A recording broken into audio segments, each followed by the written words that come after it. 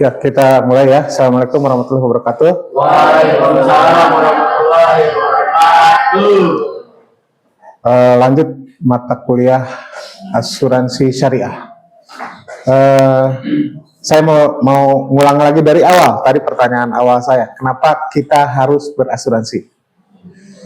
Kalau saya tanya kenapa kita harus berinvestasi, jawabannya karena ya, satu lagi melawan inflasi. Ada musuh bersama namanya inflasi, dan ada impian masa depan. Itulah kenapa kita harus berinvestasi. Kalau berasuransi, kenapa kita harus berasuransi? Karena kita ada risiko. Ada risiko ya. Kita hidup ini kan nggak lepas dari risiko. Dan risiko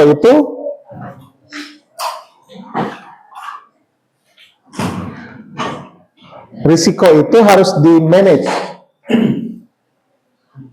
bukan dihindari. Kita perjalanan dari Jakarta ke Surabaya, kalau naik mobil ada risiko kan?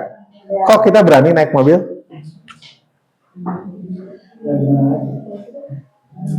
Kan bisa naik sepeda, lebih aman.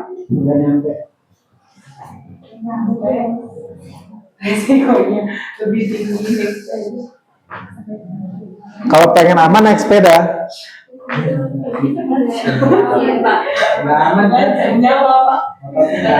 Kenapa kita berani ambil risiko naik mobil? Atau lebih jauh lagi, misalnya kita kalau mau haji umroh kan naik pesawat.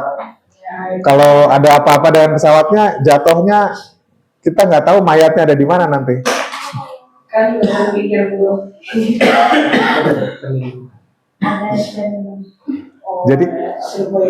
Jadi risiko itu akhirnya kita ambil ya.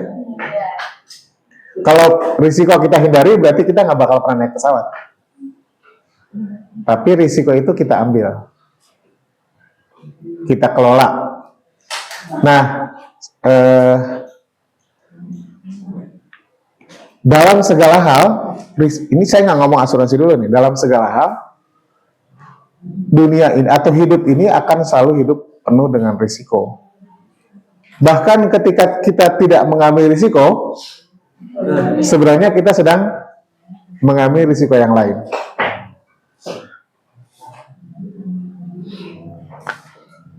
Dalam bisnis, kita ngambil risiko nggak? Iya. Dalam investasi apalagi ya. Jadi asuransi yang kita bahas ini adalah karena ini salah satu cara kita memanage risiko. Cara memanage risiko itu teman-teman harus bisa petakan di 4 kuadran. Ada yang low frekuensi, ada yang high frekuensi, ada yang low impact,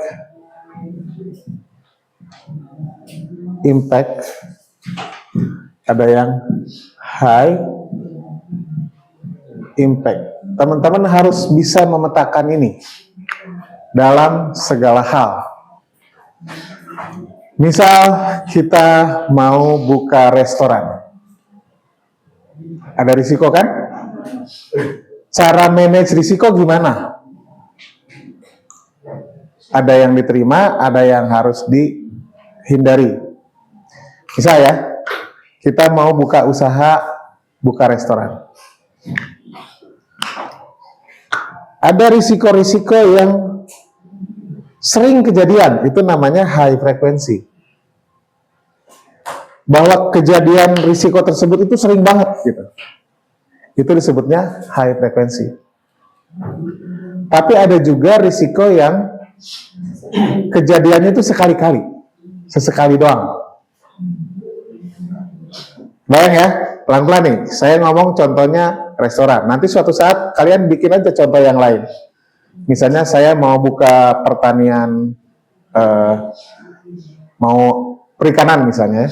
Saya mau nanam ikan deh, ikan lele misal. Kalian assess ini semua, 4 kuadran ini. Caranya, lihat, ada yang high frekuensi, ada yang low frekuensi. Ada risiko yang ini kayaknya seminggu sekali sering kejadian nih. Berarti itu high frekuensi. Ada risiko yang misalnya ini jarang-jarang terjadi. Bayangin sebuah restoran, kira-kira risiko yang akan dihadapi oleh restoran tersebut, dan ini sering kejadiannya. Kasih contoh.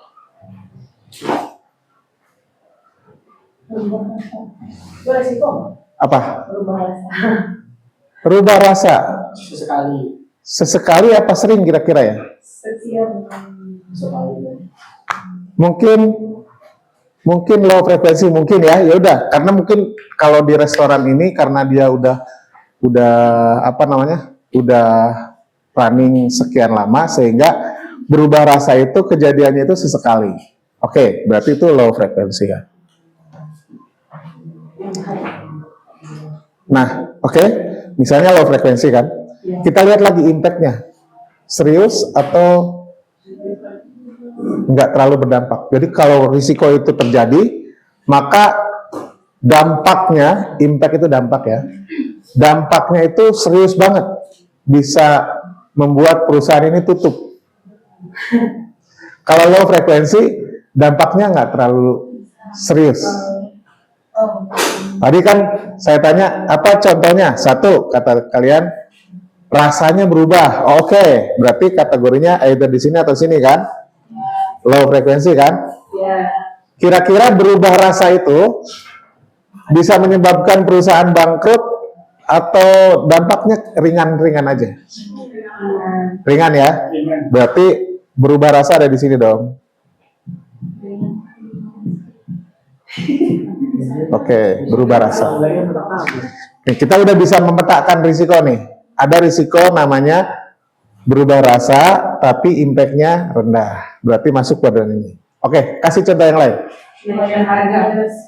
Kenaikan harga. Harga apa? Harga input atau harga output? Harga input. Oke, misalnya, misalnya minyak goreng harganya mahal. Oke, itu high frekuensi apa low frekuensi? Sering terjadi kan high index. Sering terjadi ya? Oke. Dampaknya tinggi, serius, atau dampaknya rendah? Kalau terjadi terus-terusan serius. Jadi, masukin sini. Fluktuasi harga input. Oke. Apalagi? Baru 2 nih, kita identify risiko. Pelayanan? Pelayanan apa? Pelayanannya jelek. Jadi karyawan misalnya bad mood. Oke, karyawan bad mood. Oke. Kira-kira itu sering apa jarang sekali-kali aja? Jarang. Dampaknya high apa low?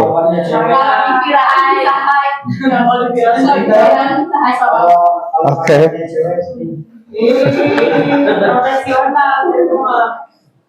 Dampaknya high apa low? Kalau viral,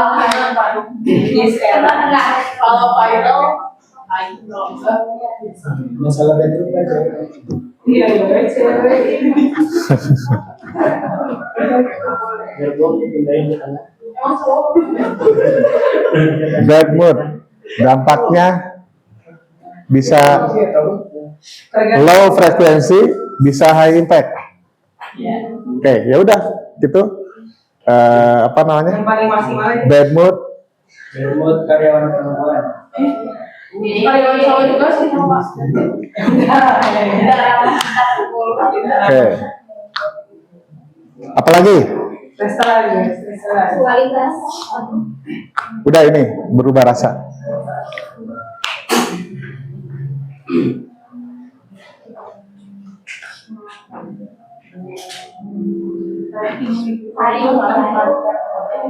Saing. Kenapa? Rating Google. Rating Google. Bikin viral. Itu yang viral.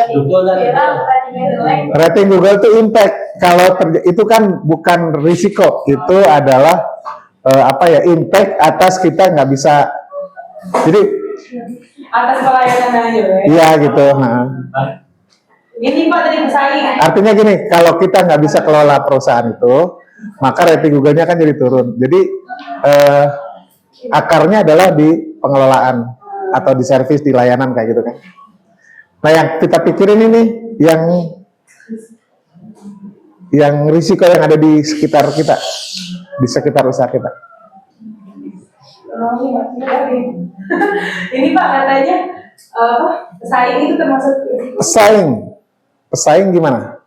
Iya, Coba bayangin. Ada rumah makan buka sebelahan. Itu high frekuensi apa low frekuensi? Berarti sering tiap minggu ada perusahaan baru tumbuh di sekitaran situ. Kan saya nanyanya frekuensi, low frekuensi. Jadi ada kan tadi situasinya bukan dia buka tiap hari. Ada pesaing yang buka di deket kita. Itu kejadiannya high apa low? Ayam. Low ya? Dampaknya serius apa biasa-biasa aja? Oke. Sekali tapi serius. Dekat kita. Lagi. Yang cowok-cowok dia kayaknya kita sudah. Enggak ya? Apa caranya? Sama pemikirannya. Jadi Kalau bikin gini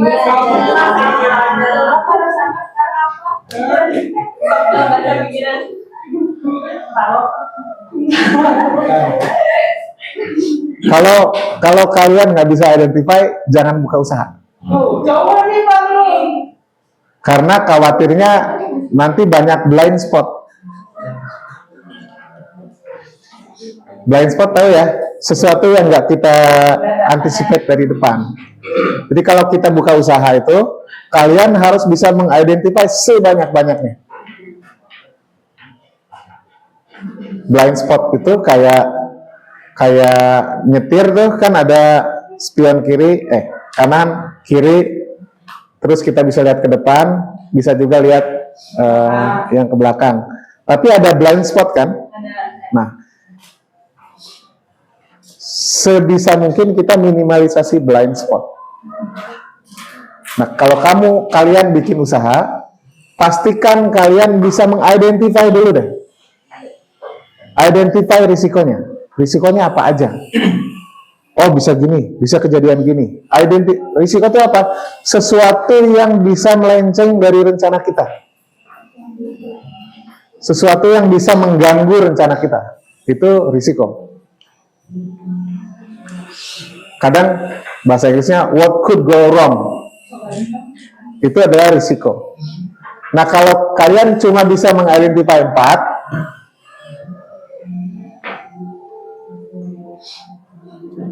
terlalu banyak blind spot. apa ya? Kita masih kosong di high frekuensi low. Tidak ada inovasi produk. Kenapa? Tidak adanya inovasi produk. Produknya tidak ada inovasi ya. Oke.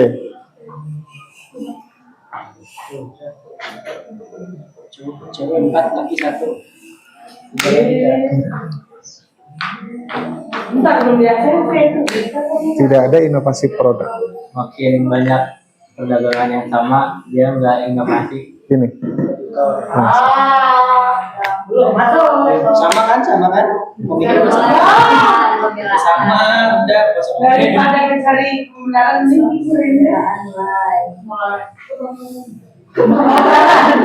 apa? Kebakaran. Good point. Bisa kebakaran kan? Ada gas di dapur, gasnya bocor, kebakaran. Kebahagiaan orang. High frekuensi, low frekuensi. Low, dampaknya serius apa? Kebakaran. Iya. Takut ditabrak. Orangnya.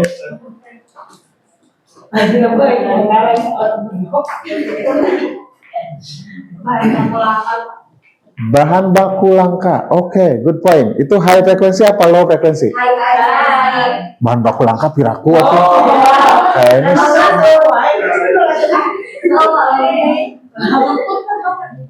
bahan baku langka. Kalau bahan baku misalnya saya jualan bubur, tapi kadang-kadang nggak ada nasinya atau berasnya. Kalau kejadiannya begitu, misalnya ya, gitu, kalau jualan bubur ya gampang kan, bahan bakunya gampang. Kalau kalian dari awal sudah bisa tahu bahwa bahan bakunya langka, jangan jualan itu. Itu masuknya ke bibir. Apalagi high frekuensi ya, high frekuensi, impactnya serius. Ya udah saya tulis deh, bahan baku langka.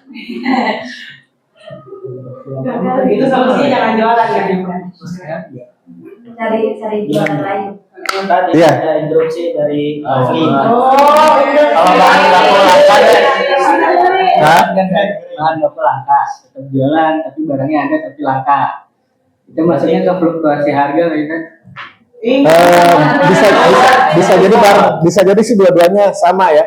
Kan karena bahan baku langka, akibatnya pas ada jadi mahal. Iya. Iya. Tapi kan di ACC kan? Enggak ada. Tapi nggak apa-apa, saya tulis aja dulu. Karena cara mitigasinya nanti beda-beda. Kan yang penting kita identify, taruh di mana. Jangan dihapus dulu. Bahan baku. Ini serius kejadian di kandang ayam. Itu yang kita alami sekarang. Ayam yang kita punya ini, bahan bakunya anak ayam lagi susah. Oh ya. Iya, ayam yang kalian lihat itu, Yang boiler. bahan bakunya susah. Bahan baku ayam apa? Anak ayam. Yang telur. Ayam dulu telur dulu. Jadi di kandang ayam kita itu yang close house, itu hari pertama berbudidaya itu datang tuh anak ayam, namanya DOC. DOC. Day Day One Chip. Mau banget ya Pak. Disebutnya DOC. Day One Chip. Jadi anak ayam yang baru netes baru 1 hari. Wow. Oh, saya dulu. Nah ini bahan baku kan DOC ini.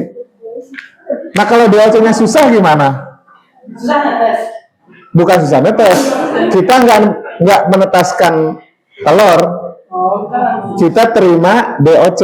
Oh. DOC-nya masuk kandang, baru kita budidayakan, kita kasih makan dan sebagainya sampai gede.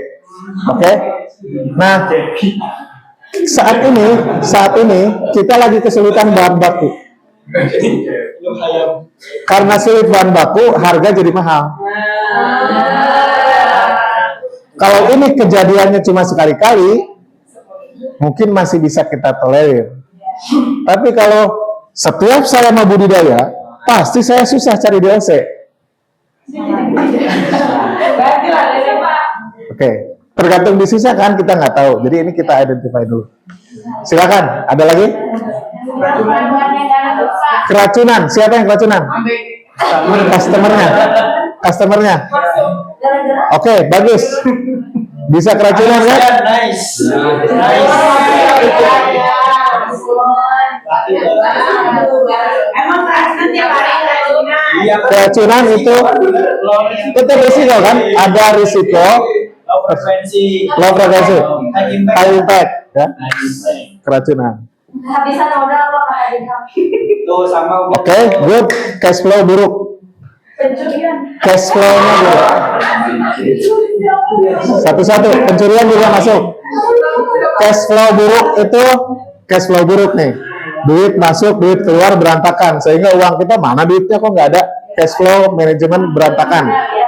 Itu high frekuensi atau low frekuensi? low frekuensi yang impact. Mungkin tergantung usahanya ya, bisa jadi di usaha tertentu itu high, di usaha yang sedang kita gagas ini low. Kalian decide dulu deh, mau high apa low? Imajinasi kalian. Hai, karena ini restoran pasti kan ada restoran. Ya pasti ada cash flow terus kan hari. Hai, kalau siap pencatatan jelek, Nah, oke. Misalnya high ya. Dampaknya menyebabkan tutup apa menyebabkan nggak tutup? Berantakan ya. Oke. Cash flow buruk. Terus tadi pencurian, masuknya high apa low? Low. Dampaknya? Tapi kalau yang dicuri piring lo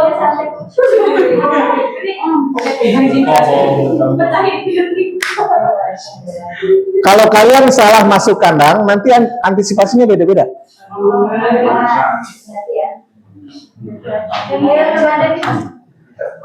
frekuensi mau Kasir salah ngitung. Itu high frekuensi apa low frekuensi? kayaknya Kerja banyak yang resign. soalnya pernah jadi kasir minimal. High. Ya, tiap hari pasti suka selisih kan? Iya, Oke. iya, tetap gitu. Dampaknya serius apa? Serius. Tapi nggak sampai Enggak sampai gara-gara kasir. Kan tiap hari kasir suka, aduh ini kenapa selisih? Kenapa kurang 50.000 ya? Tiap hari juga kejadian, high frekuensi, tapi impact-nya rendah. Human error Coba itu kalian di kasir. Perusahaan, karyawan resign kan. Oke, good point. Karyawannya resign. Karyawannya keluar masuk.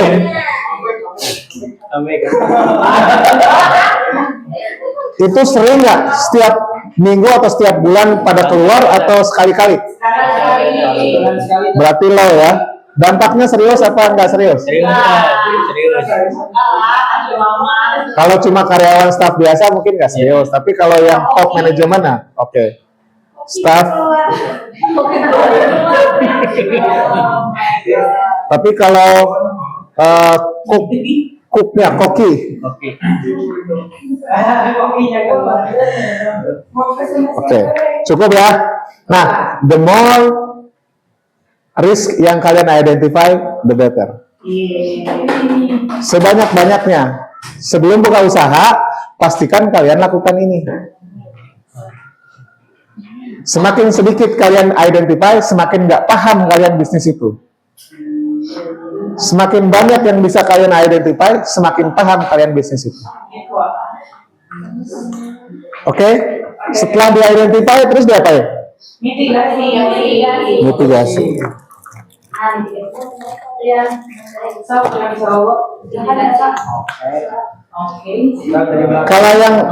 Kalau yang low, kira-kira mitigasinya apa?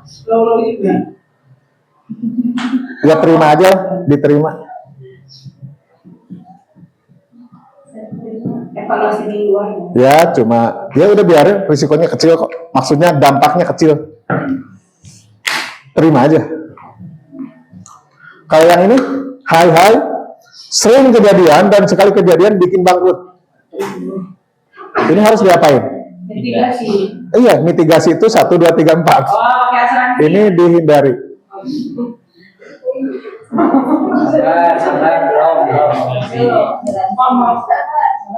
Kalau bisnisnya kayak gini nih, bahan bakunya jarang.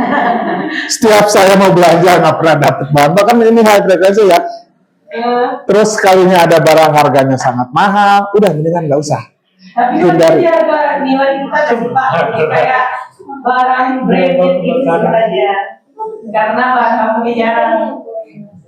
Contoh, kasih saya contoh real. Ada tuh perbicaraan Kenapa dihindari? Tidak kita buat solusi kayak inovasi. Kayak misalkan bahan baku langka nih, kayak bahan baku langka, kita ininya ya, misalkan restoran kita budidaya, misalkan di bidang seafood, itu budidaya seafood ataupun penanaman dari sayur-sayuran kayak gitu. Solusinya. Akhirnya kan berubah idenya kan, dari ide A berubah menjadi ide A aksen. Karena kita menghindari Jadi Yang tadinya saya mau begini ya, wah ternyata bahan bakunya susah. Ya udah, idenya kan jadi dimodif, bener nggak? Abi gue. Berkonek lah, berkonek. Pada akhirnya kita menghindari ngejalanin ide yang awal tadi, akhirnya idenya dimodif karena mau nggak mau ini ribet, bunuh diri. Sini hindari. Kalau ini kira-kira apa? Risikonya di apa? Ya dievaluasi, dikontrol ya. Ganti orang yang bang. Dikontrol. Ya di coaching, dikontrol kayak gitu ya. Atau sebenarnya cash flow buruk juga ya, kalau cash flow buruk tapi cash flow-nya mungkin termasuk ini buat saya mungkin nggak masuk sini. Saya bisa masukin ke sini cash flow buruk. Dampaknya nggak terlalu serius karena apalagi kalau kita bisa kontrol ya, tiap hari kita kontrol admin kita, kalau perlu adminnya misalnya di training atau adminnya diganti sama yang lebih paham sehingga ini bisa kita kontrol. Kalau yang ini gimana? Pencurian, keracunan, bad mood, kebakaran. Ini ada yang sebenarnya bisa Ya semuanya itu tidak. cara mengatasinya macam-macam. Ada yang diterima, ada yang dikontrol, ada yang dihindari. Kalau ini sebenarnya ditransfer risikonya. Iya, to the point. Iya, ditransfer. Nggak ada itu ya. Ini apa? Ocet baju. Coba ini bajunya. Coba bajunya ke sini.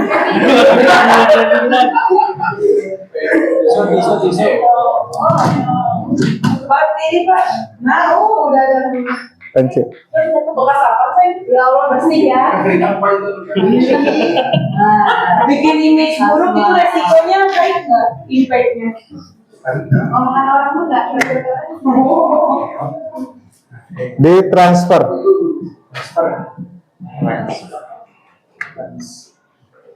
Risikonya dialihkan ke orang lain.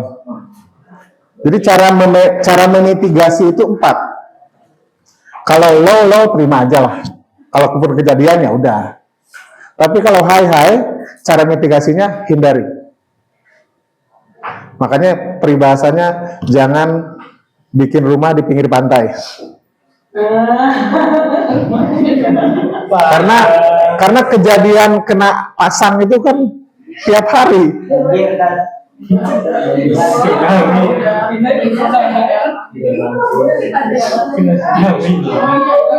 Tsunami, masuk ke ikan kerapu.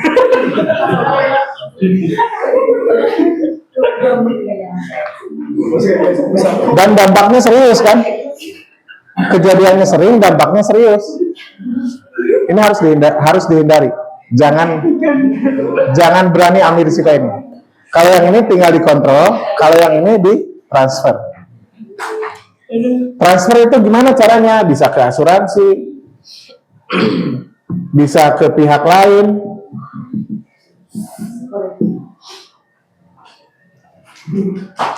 Ya. Yang jelas jangan kita ambil risikonya. Kasih ke orang lain. Kalau kayak pencurian Pak, siapa yang mau ambil resiko? Kasih ke asuransi. Ada asuransi. Asuransi apa pencurian Pak? Ada asuransi kerugian. Barang. Rugi ya. Oh. Kurang lebih kayak gitu ya. Jadi kalau kita kembali ke mata kuliah asuransi, kenapa kita butuh asuransi? Karena ada risiko yang low frekuensi, tapi dampaknya serius. Kalau ke diri kita ini kesehatan. Kalau kita kena cancer, kan nggak tiap minggu kita kena cancer kan? Tapi sekali-kali bisa jadi terjadi. Dan jika itu terjadi, maka dampaknya serius. Gitu. Sakit tipes, kan nggak tiap bulan kita sakit tipes kan? Tapi sekalinya kita kena, dampaknya serius. Nah ini kita nggak bisa, nggak boleh nggak boleh diterima. Ya udahlah, kalau saya sakit tipes ya udah saya terima aja. Nggak bisa, jangan begitu. Jadi ditransfer. Kalau bahasa syariahnya bukan ditransfer tapi di sharing. Berarti lebih parah low frekuensi high impact daripada high frekuensi dan high frekuensi. Ini yang paling parah. Soalnya kan gini logikanya, kalau misalkan ini tuh sepele loh, jarang terjadi tapi impactnya gede gitu. Jadi, Bagaimana dengan ini sering terjadi dan impactnya gede? kan kalau sering terjadi kan bisa dikasih solusi gitu. Jadi ini tuh sering terjadi, kita pasti kasih nyari solusi. Oh, jadi kitanya langsung aware kalau sering kejadian. Iya gitu. Kalau sering terjadi, betul. Kalau yang low impact kan mungkin kita nggak nyadar karena kan jarang. Betul, good point. Artinya di sini sangat sesuatu yang mungkin orang tuh blind spot. Iya. Kalau yang ini langsung aware. Iya. Ya, ini langsung aware. Tapi kalau yang ini orang itu nggak aware, makanya orang jarang beli asuransi.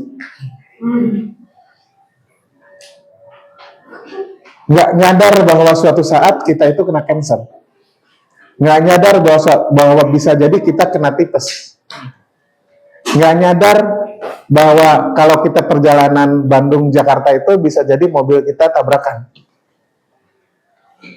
Itu blind spot. Padahal harusnya kita bisa identify. Tapi kalau ini menyadar banget bahwa kalau di daerah sini itu sering kebanjiran. Seberapa sering? Seminggu sekali pokoknya kebanjiran.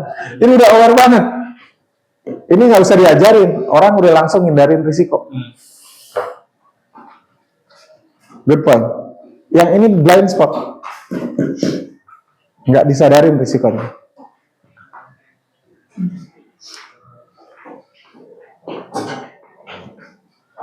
Yang ini nggak usah diasuransiin, dihindari. Yang ini nggak usah diasuransiin, kelola aja, dikontrol sendiri ya. Yang ini juga nggak usah diasuransiin, diterima aja. Kalau diterima nanti Pak rugi dong, ya kan kecil, low impact. Paham ya? So jadi why we need insurance? Jawabannya karena Manajemen risiko. itu bagian dari manajemen risiko.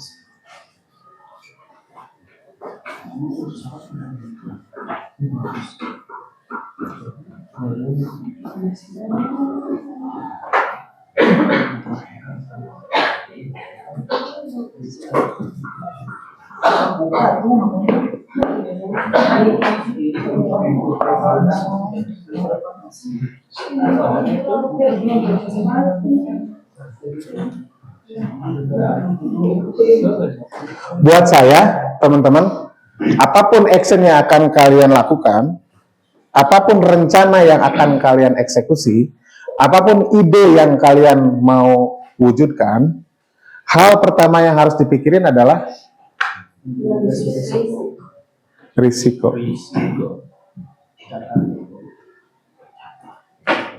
Tapi orang kebanyakan ketika punya ide, ketika punya rencana, yang ada di imajinasi adalah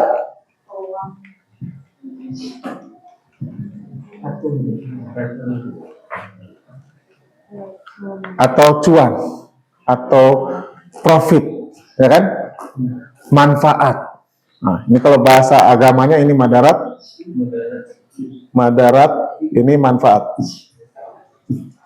Orang cenderung ketika punya ide atau ada orang lain menyampaikan ide, yang langsung nempel di kepala adalah manfaatnya atas ide tersebut, kemaslahatannya, atau cuannya, atau returnnya, atau profitnya, atau keuntungannya. Lupa risikonya. Padahal risiko dan return ini adalah seperti koin, dua sisi koin ya. Kalau sisinya ada returnnya, berarti sisi satunya lagi ada risikonya. Nah, maka kalau saya ketika ada sebuah ide yang tiba-tiba ada di kepala saya, maka yang saya lihat pertama adalah risikonya. Kemudian peta-peta kayak tadi tuh, bikin 4. Saya waktu punya ide mau nanam cabai, Tahu nggak? Riset saya berapa lama? 2 tahun. Mau nanam cabai, riset saya 2 tahun. Untuk identify tadi tuh 4 kuadran itu. Jangan punya ide nanam cabai langsung nanam cabai sekarang. Berani gitu. Cabenya juga.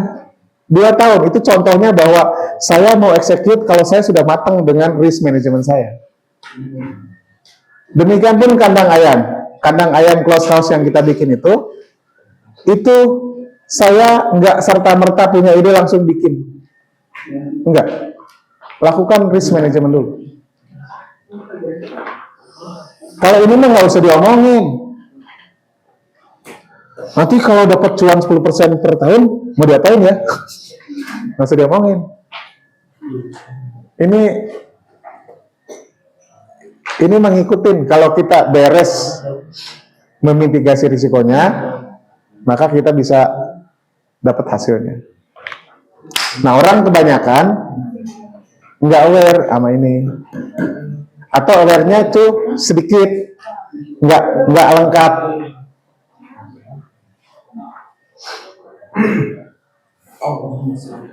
Coba saya tanya sama kalian, nanam cabai kira-kira apa risikonya? Sama, cuaca. Terus?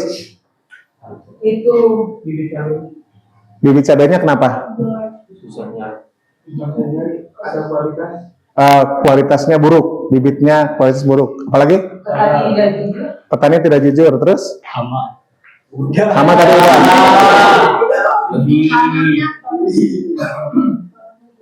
Tanahnya jelek. Oke. Terus? Apalagi? Airnya kenapa? Kalau ini apa? Kemarau gitu.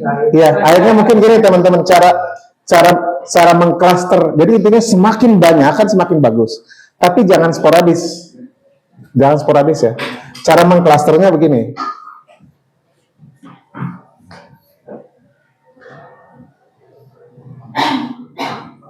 Ujungnya tetap nanti sama teman-teman masukin ke empat kuadran tadi, tapi supaya kita bisa melihat semua angle, maka kalian harus pecah-pecah. Ada risiko terkait produksi, ada risiko terkait pemasaran, ada risiko terkait keuangan, ada risiko terkait sosial, ada apa lagi? Jadi dikategorisasi risiko terkait apa lagi? Kira-kira produksi, pemasaran, keuangan, sosial, SDM. Oke? Ini saya kasih contoh ya. Produksi apa? Tadi hama, terus air, tanahnya nggak bagus, terus apa lagi? Tadi inputnya, benihnya seolah-olah kita lengkap ini semua. Oh, oke, sudah lengkap. Ternyata pemasaran kagak dipikirin. Risiko pemasaran kira-kira apa? dia naik Harga output turun malah. Turun. kalau naik Atau harga inputnya naik. Oke? Terus risiko jangan-jangan segini merasa udah lengkap. Padahal risiko sosial nggak kita pikirin. Risiko keuangan lupa nggak dibahas. Risiko SDM lupa kita bahas. Jadi caranya gitu teman-teman. Jadi ada kategori aspek produksi, aspek pemasaran, aspek ini. Sehingga jadi lengkap. Nah, nanti setelah itu ini semua ada ya. Ini semua ada. Terus diplotting ke 4 kuadran tadi. Jadi di masing-masing kuadran ini ada aspek. Di 1, 2, 3, 4, 5. Masing-masing itu ada wakilnya.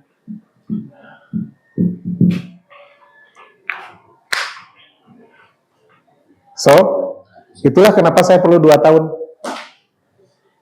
Hanya untuk mau nanam cabai. Ada akhirnya ide yang akhirnya setelah saya pikirin dalam risikonya, akhirnya ide itu nggak saya wujudkan.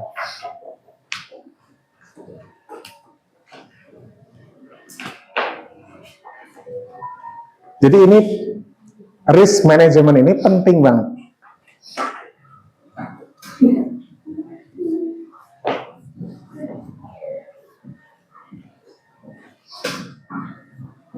Oh.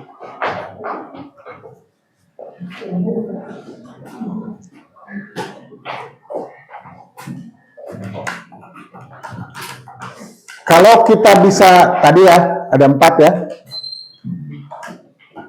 Kalau ini bisa kita handle, ini bisa kita handle, ini bisa kita handle, ini juga sudah kita hindari, ya. Maka bisnis kita itu possible untuk ngasih profit. Risikonya sudah termitigasi. Tapi kalau ininya berantakan, ini kagak dipikirin, ini risikonya kecil sih, ini juga berantakan, so jangan expect dapat profit.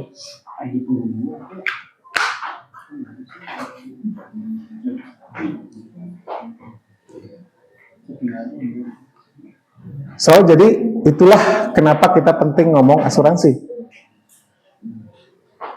Dalam rangka, salah satunya dalam rangka membantu kuadran yang sebelah sini. Bukan semuanya, asuransi juga nggak bisa cover semuanya. Hanya membantu ini doang.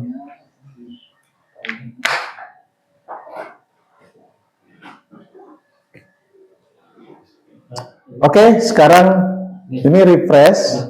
Kayak saya balikin lagi teman-teman ke kuliah hari pertama, pertemuan pertama. Kayaknya saya miss jelasin ini kemarin. Kalau investasi kan saya selalu emphasize fondasinya yang kuat. Why we need investment.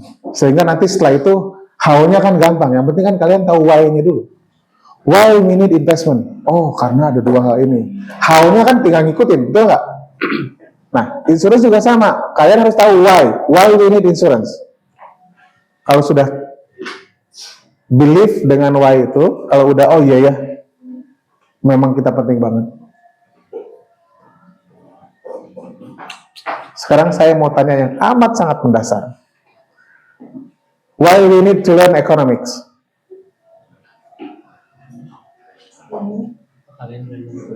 Kenapa kita harus belajar ilmu ekonomi?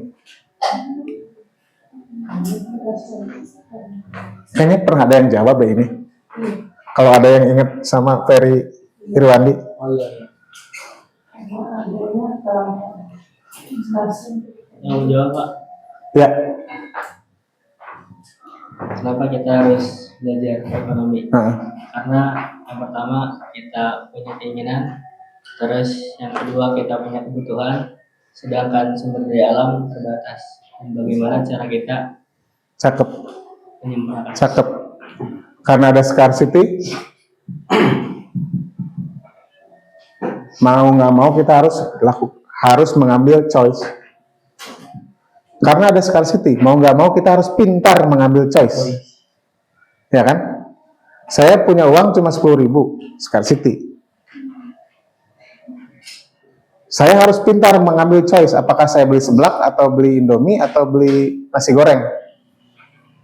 Salah ngambil keputusan, dampaknya serius.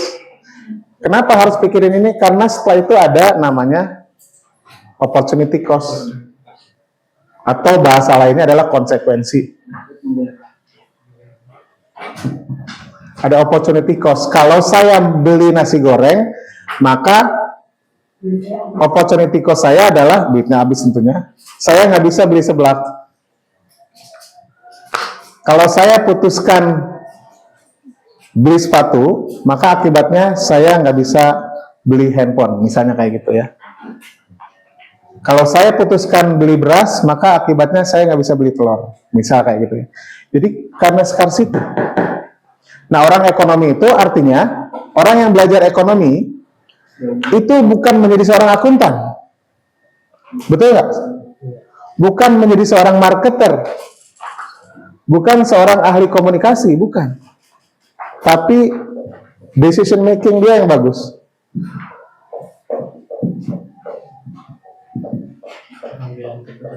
Orang yang belajar ekonomi itu dia memiliki decision making yang lebih bagus dibandingkan dengan orang yang tidak belajar ekonomi. Apakah belajar ekonomi akan menyebabkan saya menjadi akuntan? Enggak kan? Itu lu belajar akuntansi. Apakah belajar ekonomi saya menjadi pengusaha? Enggak, lu belajar entrepreneurship. Apakah belajar ekonomi saya menjadi ahli marketing? Enggak, lu harus belajar marketing. Nah, orang yang belajar ekonomi itu kekuatannya ini, software-nya. Menjadi entrepreneur yang decision making-nya keren. Menjadi seorang akuntan yang decision making-nya keren. Menjadi seorang pengusaha, menjadi seorang karyawan yang decision making-nya keren. Itu ya. Terlalu jauh saya nanyanya. Balik lagi ke asuransi. Kita paham tadi why we need insurance, karena tadi itu ada risiko. Risikonya seringnya orang nggak nyadar, gitu. Itu yang paling penting. Di materi ini saya mau bawain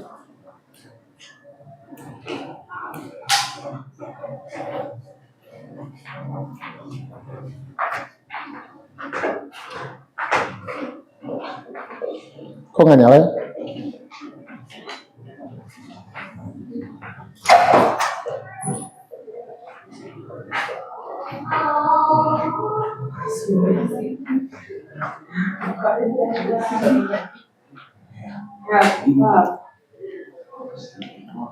Ups. Oke, di sebelumnya kan kita ngomong tentang asuransi syariah ya. Saya nambahin sedikit. Kalau asuransi syariah itu kan duit perusahaan dengan duit nasabah kan dipisah ya, dipisah. Kenapa dipisah? Karena perusahaan itu hanya sebagai operator aja. Makanya di asuransi syariah itu tidak ada namanya penanggung.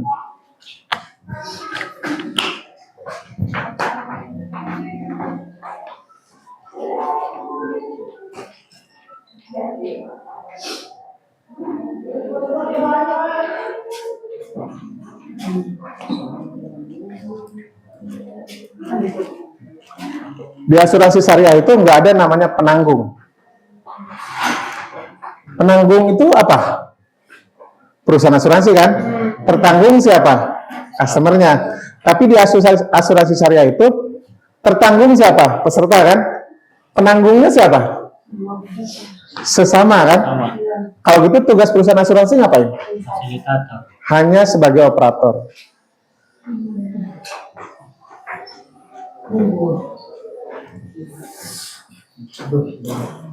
Karena dia sebagai operator, maka dia harus pisahin duit. Mana duit peserta dan mana duit perusahaan.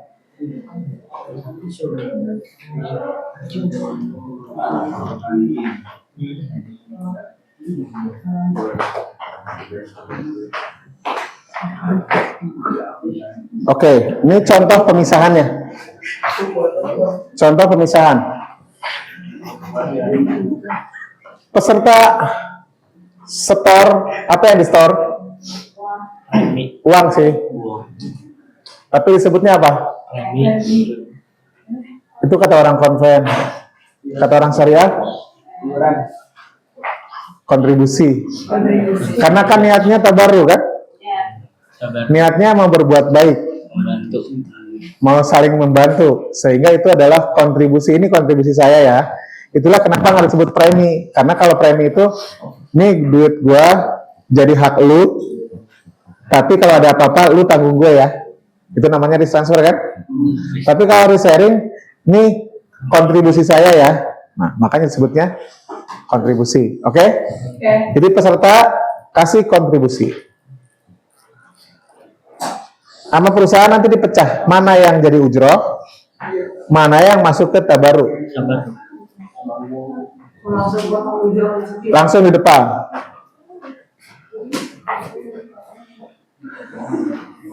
Ujroh langsung lari ke duit perusahaan. Ini perusahaan, yang ini peserta. Udah dipisah. Jadi begitu di store, ada duit yang langsung masuk ke perusahaan lewat jalur ujroh. Kemudian ada duit yang masuk ke tabaruk. Sampai sini clear ya?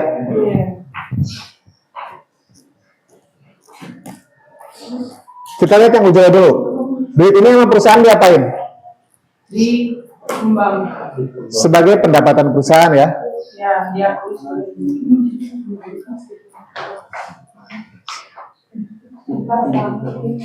Pendapatan nanti dipakai buat apa? biaya operasional. Biaya operasional, biaya akuisisi, biaya marketing, kemudian ujroh buat reas, sehingga ujungnya bisa profit, bisa loss. Ya, kalau ujrohnya yang didapat lebih sedikit daripada biaya, maka akibatnya loss. Kalau sebaliknya, maka dapat profit. Sampai sini clear ya? Oke. Sekarang bagian ini, duit tabaruk. Selanjutnya kemana? Iuran ini masuk ke satu pool of fund, satu mangkok besar. Duit ini diapain? Diberi pinjaman. Belum apa udah pinjaman. Duit ini dipakai buat bayar klaim.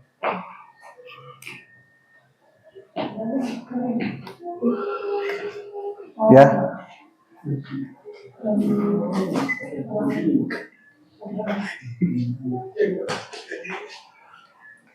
Jadi karena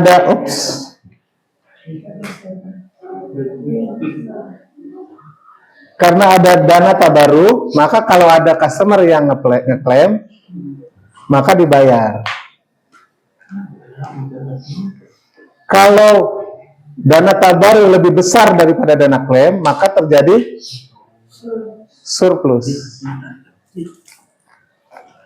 Kalau dana tabaruk lebih kecil daripada klaim yang diajukan, maka terjadi defisit.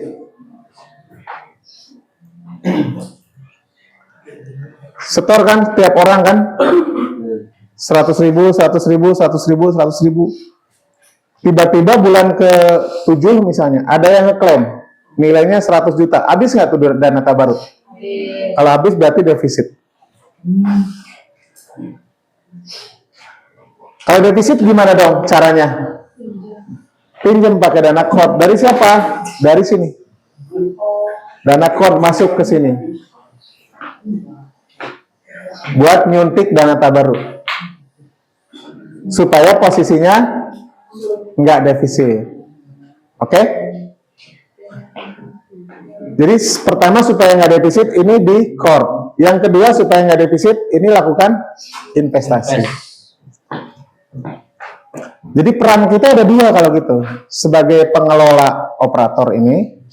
Yang kedua sebagai investment manager. Karena setelah ini kita bagi hasil. Ada nisbah yang diterima oleh kita. Ada yang hasilnya dibalikin ke dana tabaruk. Jadi perusahaan dapat dua nih, satu ujroh, dua bagi hasil dari pengelolaan investasi.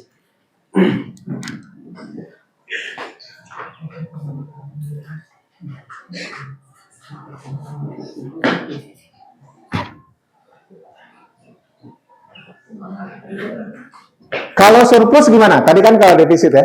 Kalau defisit gimana caranya? Perusahaan ngasih dana talangan. Kalau surplus gimana? Dibagiin. Cara bagiinnya bisa dibagi 3. Misalnya ada surplus 100 juta misalnya ya. Dikemanain ini duit? Bisa dibagi 3. Masukin ke dana tabaruk fund tadi, sepertiganya misalnya.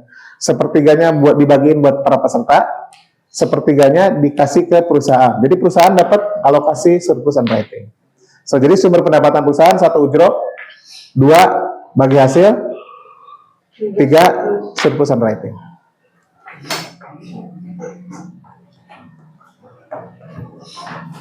Satu, 2, 3 masuk dapat profit.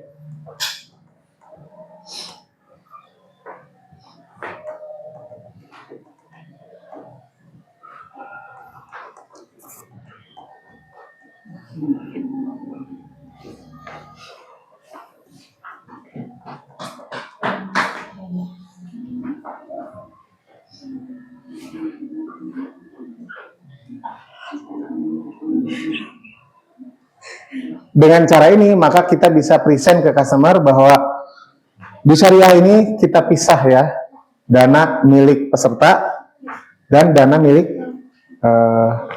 perusahaan. Jadi nggak kecampur-campur. Kalau di konvensional gimana? Di konvensional mah simpel. Premi masuk, langsung milik perusahaan. Sederhana. Sama perusahaan diapain? Ini masuk sebagai pendapatan, nanti dikurangi operasional, selisihnya profit atau loss. Sederhana kan? Kalau klaim gimana?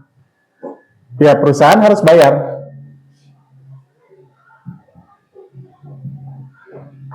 Ini saya gedein ya. Premi, biaya, profit. Begitu ada premi masuk, maka nambah ini kan.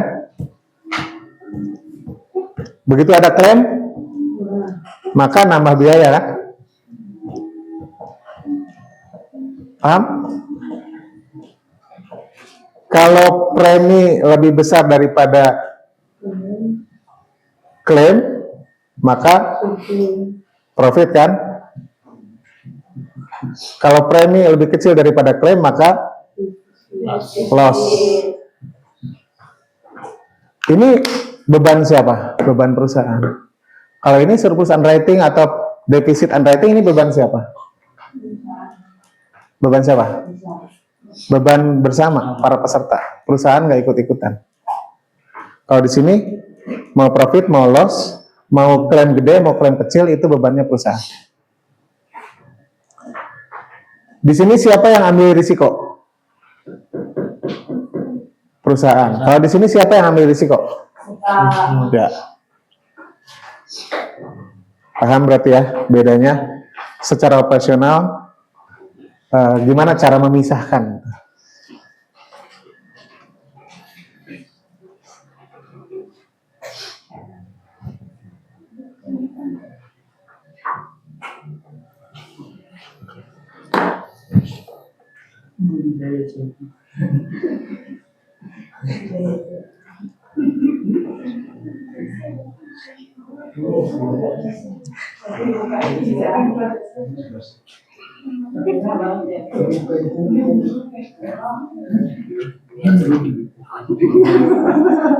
Oke. Di dalam sebuah kontrak asuransi ada yang namanya pemegang polis, ada yang namanya penerima manfaat, ada yang namanya penanggung, dan ada yang namanya tertanggung. Tadi udah saya tanya, siapa yang ditertanggung? Orang-orang ya. Pemegang polis siapa? Penanggung, ini kita ngomong konven dulu ya. Misalnya, ini harus 4 pihak ini harus ada. Misal asuransi kematian tadi ya. Oke. Siapa yang jadi pemegang polis? Misalnya saya, seorang ayah. Saya. Siapa yang menjadi tertanggungnya? Diri siapa yang dipertanggungkan? Bisa jadi saya juga kan? So, jadi saya merangkap sebagai pemegang polis, saya juga merangkap sebagai tertanggung. Siapa penerima manfaat? Ahli waris. Bisa anak, bisa istri. Saya define siapa yang menjadi penerima manfaat. Siapa yang jadi penanggung? Perusahaan asuransi. Jadi paham ya istilah-istilah ini. Sekarang saya tanya, kalau KPR, ngajuin KPR ke bank, itu ada asuransinya nggak?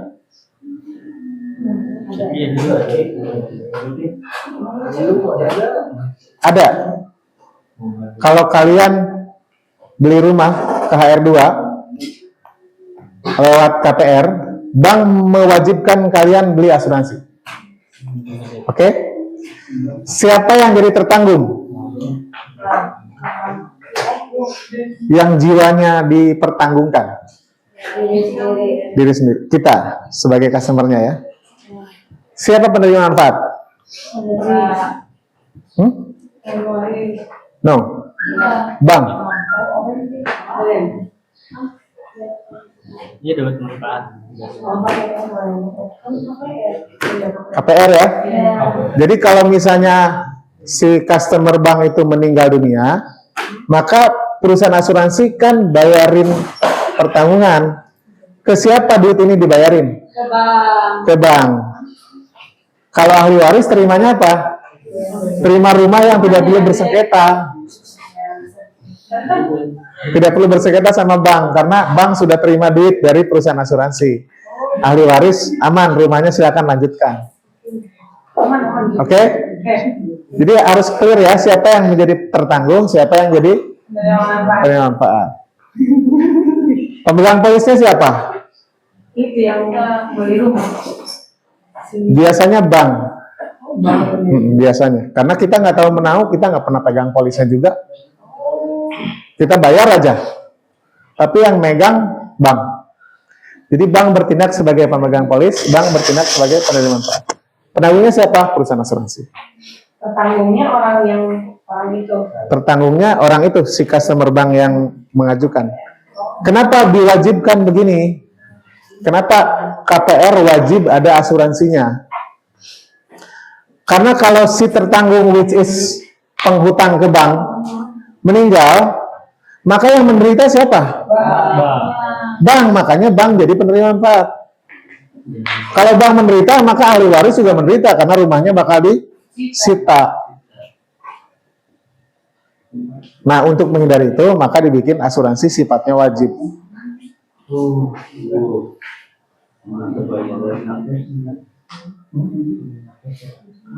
Sekarang asuransi kesehatan. Kalau kalian kerja di perusahaan, kalian itu dikasih asuransi kesehatan selain BPJS. Oke? Siapa yang pegang polis? Perusahaan. Siapa yang menjadi tertanggung? Kita sebagai customer-nya atau sebagai karyawannya.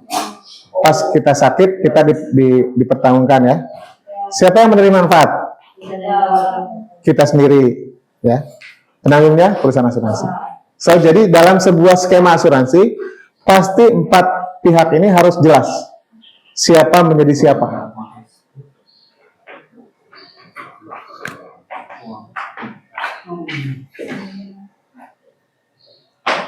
Pemegang polis suami tertanggung, istri penerima manfaat, anak itu bisa.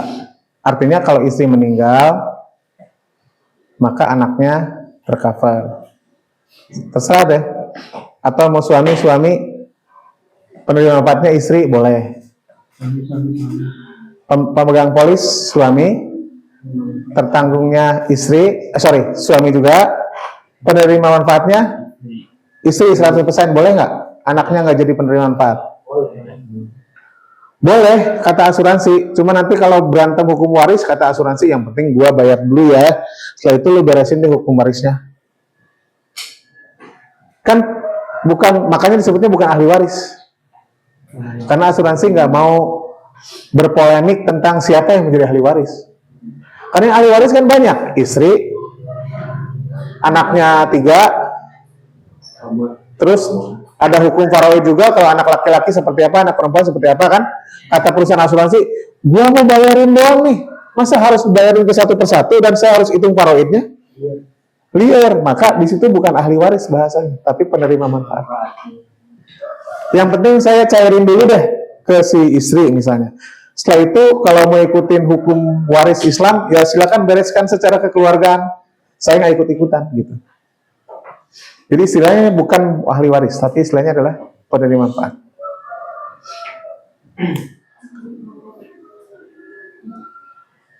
Tuh, contohnya kan macam-macam contoh, pemegang polisnya bisa beda senarionya, tertanggungnya bisa beda, penerima manfaatnya bisa beda. Sekarang saya mau ngomong tentang bank assurance. Bank assurance itu apa? Dari namanya kebayang sesuatu nggak? Kalau asuransi, jelas asuransi kan? Kalau bank assurance, kira-kira tebak aja dulu, kan belum saya ajarin kan? Tebak dulu, apa nih maksudnya? Nggak apa-apa, salah juga, kan kalian belum saya ajarin. Ada istilah bank, ada istilah assurance.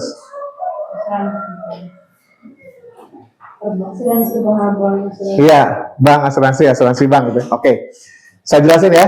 Ini gampangnya produk asuransi yang dijual di bank.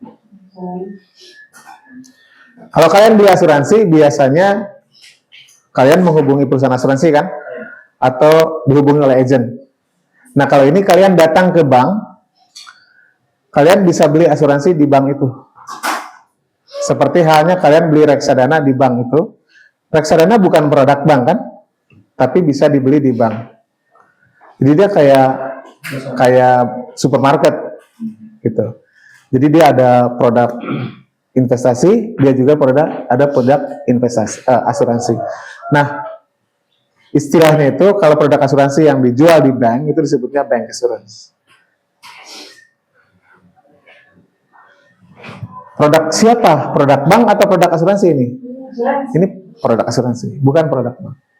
Numpang jualin di bank. Numpang jualin. Apa manfaatnya buat bank kalau jualan ini? No. Apa manfaat buat bank kalau dia jualan reksadana? Oh ini.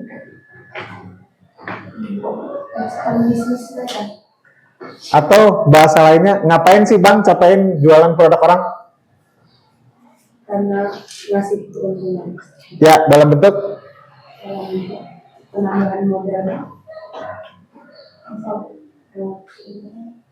Atau jadi tambah nasabah. pernah dengar istilah konsinyasi? Kalau konsinyasi itu kan bukan produk saya, tapi saya jualin di toko saya. Kalau produk itu terjual, saya dapat apa? Iya sih. Enggak, dapat komisi. Gitu kan konsinyasi itu?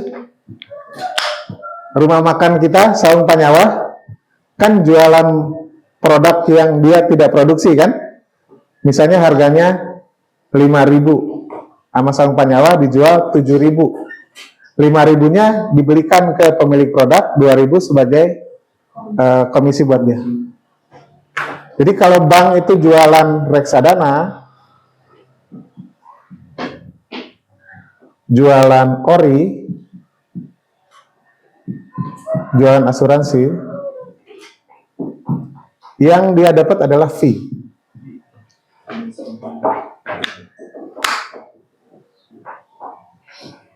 Bukan profit, karena profit milik dari masing-masing provider ini.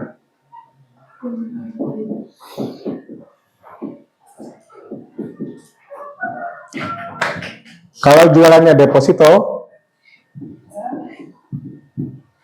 jualannya lending, maka bank dapat profit. Karena ini produk sendiri, ini produk bank sendiri, sementara ini produk orang lain yang dia jualin. Nah, ini sering disebutnya bank assurance.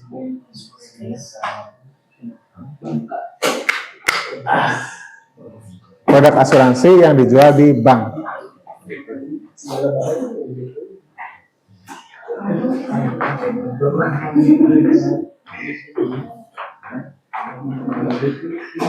Hampir semua bank besar pasti jualan ini.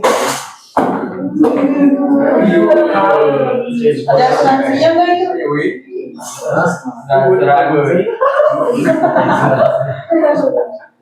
Hampir semua bank besar, sebutkan namanya, pasti ada 3 ini.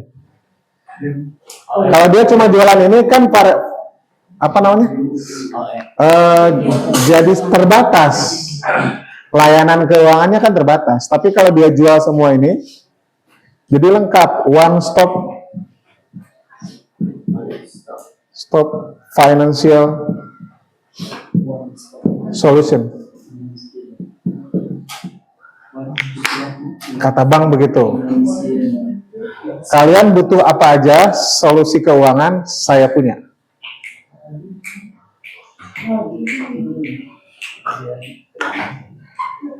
Ini juga kalau misalnya produk banknya adalah bank devisa, ini jualan forex juga. Forex. Kalau bank devisa. Jadi akhirnya banyak sekali produk yang dijual di bank. Saham sih enggak ya? Saham enggak dijual. Nggak bisa kan di mobile banking saya beli saham? Kan nggak bisa. Emas bisa nggak dijual di bank? Bisa. Di bank-bank tertentu ya? Itu produk bank atau produk bukan bank? Bukan ya? Itu produk orang lain. Atau kalau misalnya nanti ada badan hukumnya sendiri namanya bullion bank. So jadi dia maunya bank itu dia jual apapun solusi keuangan ke customer, cukup datang ke cabang semuanya beres. Jadi cari providernya aja. Reksadana cari kongsian sama reksadana yang the best. Ori ya udah pasti punya negara. Asuransi cari perusahaan asuransi yang terbaik.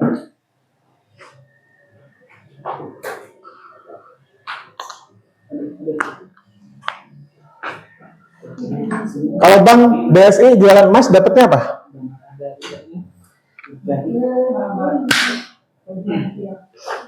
Enggak. Kurang lebih komisi juga, cuman dalam bentuk spread. Maksud selisih jual beli. Jadi kalau kalian jual dengan kalian beli, ini juga forex juga sama, ini spread. Jadi kalau kalian harga jual dengan harga beli beda, selisihnya itu buat siapa? Buat mereka. Kalian pernah beli Antam nggak? Emas Antam. Ada harga jual, harga beli berbeda kan? Itu selisihnya buat siapa? Buat Antam. Kalau Antam itu bekerja sama dengan bank, terus bank dapat apa? Paciwit-ciwit itu selisih itu. Mereka kongsian aja apakah 50-50 dari spread itu. Gitu ya, cara make money-nya seperti itu. Demikian pun kalau kalian datang ke bank, beli dolar, beli euro gitu, kalian ditawarin selisih harga kan? Harga jual dan harga beli. Terus bank dapatnya apa? Dapat selisih itu. Kita kan kalau misalnya saya beli hari ini, dan saya jual juga hari ini, pasti duit yang kita terima kan lebih rendah kan? Kenapa? Karena ada selisih jual dan beli tadi. Nah, selisih itu adalah fee dalam bentuk spread. Kalau asuransi itu kalian misalnya dibilang preminya ini 100.000 per bulan, kalian nggak perlu bayar lagi 110.000 nggak perlu. Dari 100.000 itu 10.000-nya udah dipotong buat fee ke bank. Misal kayak gitu. Ya. So jadi this is the way produk keuangan itu terintegrasi satu sama lain. Kalian datang ke BNI pasti ada ini. Kalian datang ke Mandiri pasti begini. Ke BCA begini. Permata begini. Danamon begini. Siabi Niaga begini.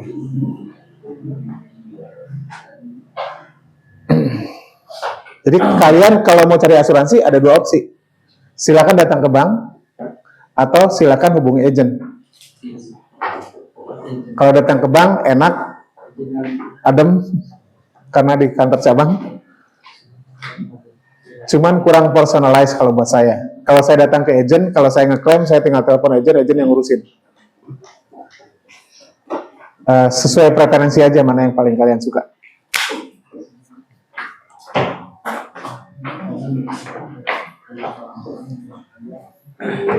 Nah ini semua teman-teman, kadang orang bank nyebutnya ini produk wealth management.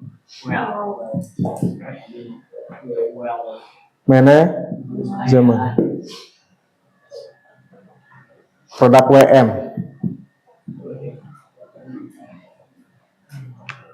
Karena dia sangat lengkap. Jadi kalau ada istilah bank priority banking, pernah dengar? Priority banking. Apa yang ditawarin? Produk WM. Produk WM itu apa? Ya ini semua. Jadi datang ke bank tuh nggak cuma menyimpan duit, deposito, atau nggak cuma mau minjem uang, tapi segala layanan kebutuhan disediakan oleh bank.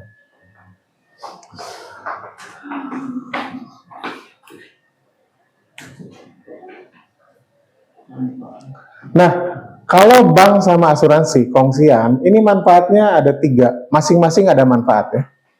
Ada manfaat buat banknya, ada manfaat buat perusahaan asuransinya, dan ada manfaat buat customer-nya. Kalau buat bank apa? Dapat fee ya, tadi kan manfaatnya.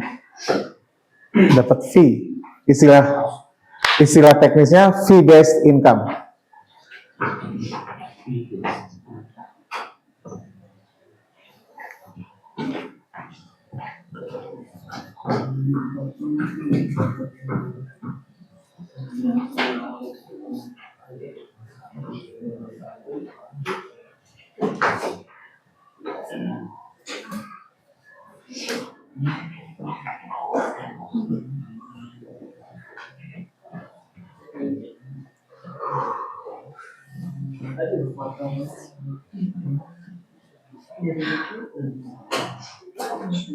Bank itu kan pendapatannya dua, revenue bank itu pada dasarnya 2. Net interest margin, interest ya,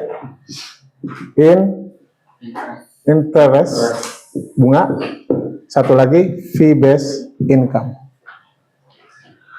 Ini selisih bunga pinjaman sama bunga tabungan ya. Kalau kalian atau deposito dikasih 2%, tapi kalau minjem dikenakan 10%, selisihnya 8%, itu namanya net interest margin. Ini pendapatan bank. Paham ya? Ulangi. Kalau kalian minjem dikenakan bunga 10. Kalau kalian nabung atau deposito dikasih bunga 2%. Selisihnya itu adalah disebutnya net interest margin. Ini adalah pendapatan dia. Jualan bunga. Modalnya bunga yang dikasih ke customer. Pendapatannya bunga yang diterima dari customer. Oke, selisihnya itu NIM. Selain dapat NIM, bank dapat FBI. FBI dari mana? Biaya transfer. Ya kan? Biaya admin. Kalau kalian transfer kan kalian dikenakan biaya kan? Biaya admin. Kalau kalian minjem duit dikenakan biaya provisi.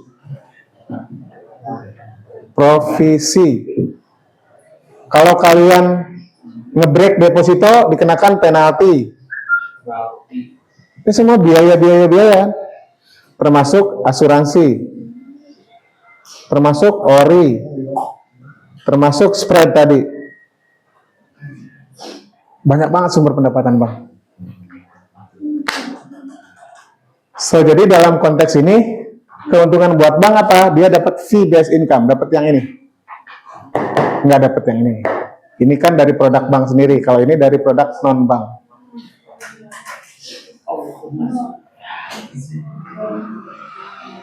Ini manfaat bank yang pertama.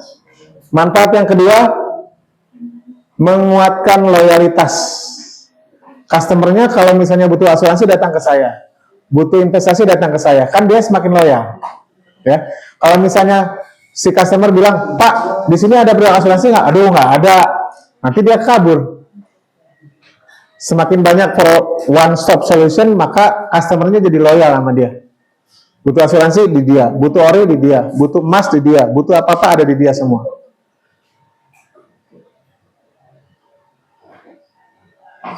Kemudian memaksimalkan SDM yang ada supaya nggak cuma jualannya Jadi kayak kasih challenge yang baru. SDM yang ada tuh dimaksimalkan hasilnya. Jangan cuma jualan deposito sama lending, tapi jualan juga produk-produk WM atau produk asuransi. Kemudian menjaring nasabah baru. Jadi kalau ada nasabah baru ditawarin deposito nggak mau, tawarin asuransi. Ini manfaat buat bank, kan gitu ya. Jadi kalau misalnya Pak Diki nawarin kredit card itu biasa. Pak Diki nawarin e-walletnya BNI itu apa namanya, tap cash, itu biasa. Kalau misalnya kita bilang, aduh saya sudah punya kartu kredit, aduh saya deposito udah banyak, aduh rekening saya udah banyak, akhirnya senjatanya udah ada asuransi belum? Nah, jadi nambah menjaring customer baru.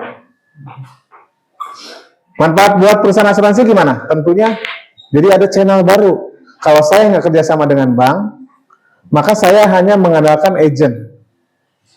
Tapi karena saya bekerja sama dengan bank, jadi ada tambahan revenue, ada tambahan premi yang didapat.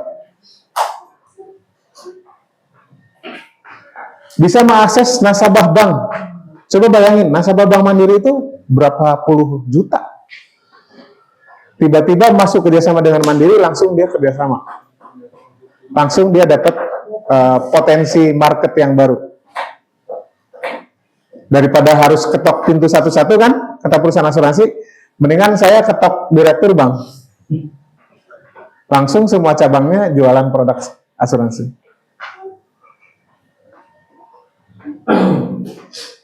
Nggak perlu buka cabang perusahaan asuransinya kan?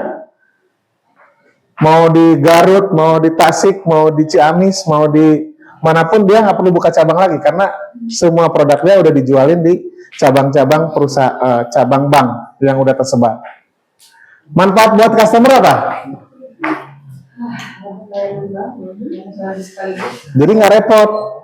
Mau butuh apa aja, semuanya dilayani di bawah satu atap.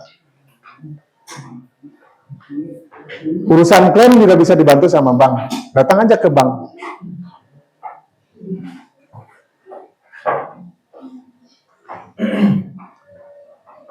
Ini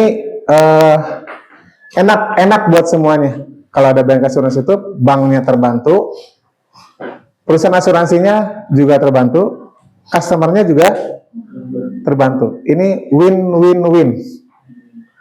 Win for everybody.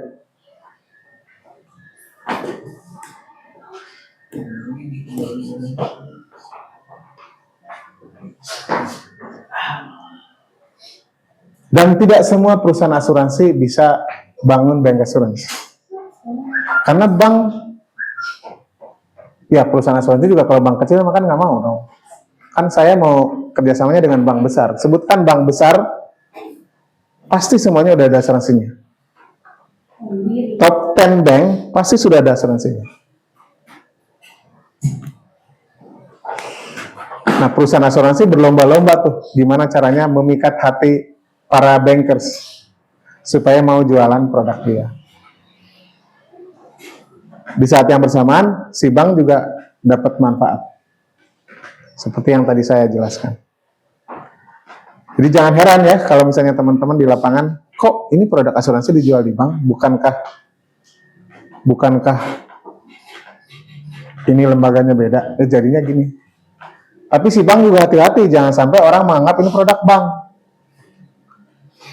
Kalau menganggap produk bank, kalau ada klaim nanti seolah-olah klaimnya kusut, bank yang disalahin. Apa risikonya? Kita ngomong risiko. Apa risikonya buat bank menjual produk orang lain, produk asuransi? Coba exercise. Misalnya kalian direktur di sebuah bank, ada perusahaan asuransi datang, Pak, saya kasih fee income. Fee income-nya 50% dari premi yang didapat itu buat Bapak.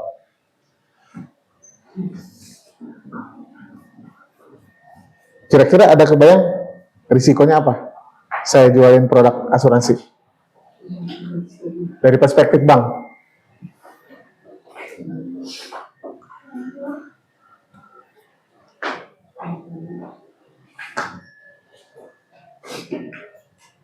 Mungkin tadi tuh orang menganggap ini produk bank. Salah persepsi nasabah. Dipikirnya ini karena saya belinya di bank, ini produknya bank. Nanti kalau ngeclaimnya ke bank, seorang-orang bank yang bayarin. Kayak misalnya, oh gini deh, KPR tadi ya, KPR. Let me ask you a questions. KPR, ini kan produk bank kan? Ini KPR ini produk bank. Kalau kita sebagai nasabah, nyicil kan? Per bulan. Kalau kita meninggal, utang lunas nggak? Ternyata nasabah ini meninggal. Lunas nggak utang? Pakai KPR nih? Lunas. Siapa yang bayar? Kira-kira nasabah tahu nggak bahwa itu yang bayar asuransi? Tahunya siapa yang bayar? Tahunya bank yang berbaik hati, udahlah lunas aja, anggap lunas. Ya, karena udah meninggal, ya udah kita lupakan ya.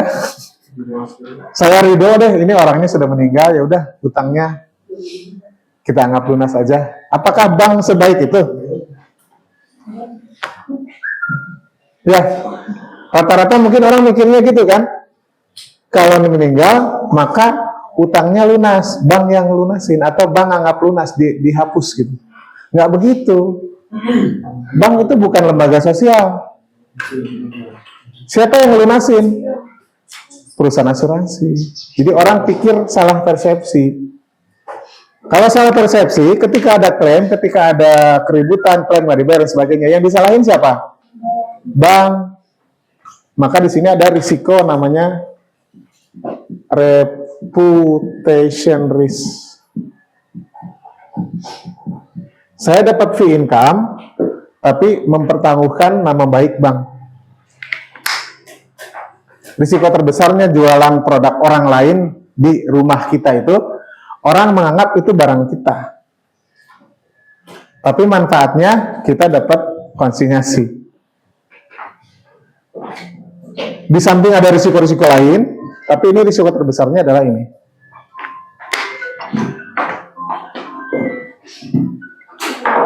Ada pertanyaan? Cukup ya? Haridang. Oke, thank you. Sampai ketemu besok di mata kuliah yang lain. Assalamualaikum warahmatullahi wabarakatuh. Waalaikumsalam.